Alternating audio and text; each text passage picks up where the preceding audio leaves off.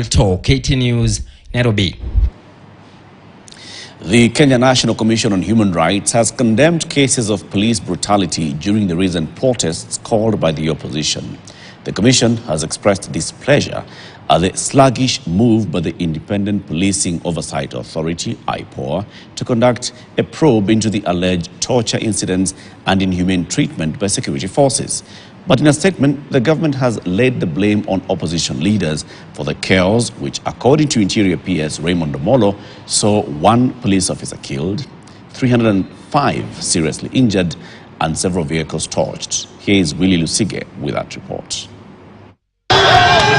A day after Azimio la Umoja called off this week's Wednesday protest, the Kenya National Commission on Human Rights, KNHCR, has condemned sluggish manner in which the Independent Policing Oversight Authority, IPOA, is conducting probe into the alleged torture incidents and brutal use of force by security officers during the anti-government protests. The Commission also urges the Independent Policing Oversight Authority, IPOA, to hasten its investigations into the allegations of torture and ensure perpetrators face appropriate legal action.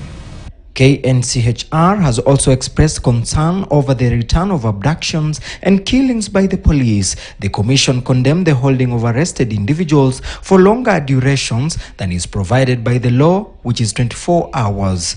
Breaking into homes, as was seen in Kisumu and other places, and affecting improper arrests while dispensing brutality and torture infringes upon the rights of citizens and violates their dignity and sanctity of their private spaces. And as Kenyans call for action to be taken against rogue police officers, Interior PS Raymond Omolo has come out to defend the police over allegation of brutality. According to the Interior PS, law enforcement officers also suffered during the anti-government protest, with 1 losing his life and over 305 seriously injured. In the statement, the PS said more than 850 shops and other business premises were also broken into and looted, while 199 buildings were destroyed, the destruction amounting to billions of shillings, according to the Interior PS. Elsewhere, members of the Usawa party from across the country who had converged in Nairobi disowned their party leader Mwangi wa Iria and said they had pulled out of Azimio protests as they were only injuring the economy and their followers. We are not part and parcel of the destructive protests and demonstrations that are going on in this nation, which has led to loss of lives and sabotage of the economy. The Usawa party members warning that the party is planning to exit Azimio as Wairia is no longer their party leader. We have disassociated ourselves from our political leader, one Francis Mwangi wa Iria. Mwangi wa Iria is on his own wherever he is. He is in no way representing the Usawa kwa wote party.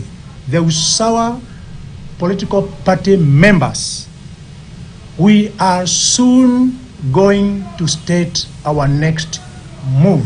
In Siaya County, religious leaders call for dialogue between Azimio leader Raila Odinga and President William Ruto. We are advising the police to desist from using too much force in torture and detention.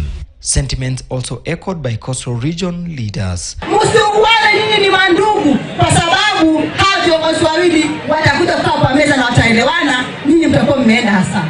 Willie Lusige, KT News, Nairobi. Thank you, Willie. Now, families who lost their loved ones in Kisumu County during the Azimio